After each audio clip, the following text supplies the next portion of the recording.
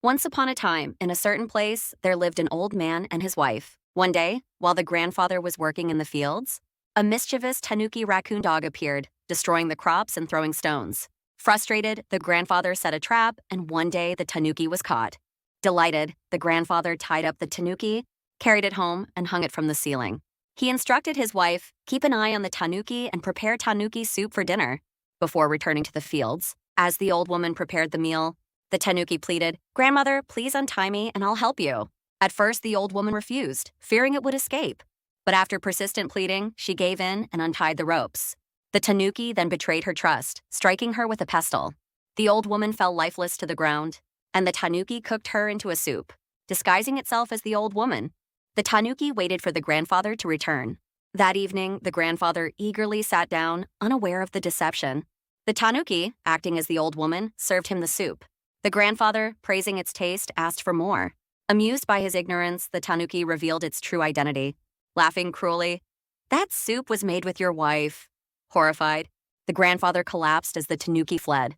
The next day, while mourning his wife by the stream, a kind rabbit overheard his cries. Learning the story, the rabbit vowed revenge, saying, "Leave it to me. I'll punish that tanuki." The rabbit approached the tanuki's hiding place, munching on chestnuts to lure it out. Curious, the tanuki emerged and asked for some. The rabbit agreed but made the tanuki carry heavy brushwood across several mountains as a trade. While the tanuki struggled, the rabbit secretly set the brushwood on fire. When the flames grew, the tanuki screamed in pain.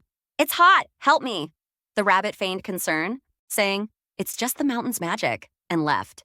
Later, the rabbit visited the injured tanuki with chili paste, claiming it was a healing medicine. Trusting the rabbit, the tanuki applied it to its burns, only to howl in pain. As the paste intensified the heat, the rabbit left, hiding a smirk. Days passed, and the tanuki recovered enough to venture out. It sought the rabbit, saying, "I'm tired of the mountains. Let's go to the sea." The rabbit suggested they build boats and fish. The rabbit built a sturdy wooden boat, while the tanuki, jealous and eager to compete, crafted one from clay. As they rowed out to sea, the tanuki's clay boat began to dissolve. Panicking, it cried, "Help me!" The rabbit, watching calmly, replied, "This is for killing the old woman and tricking the old man."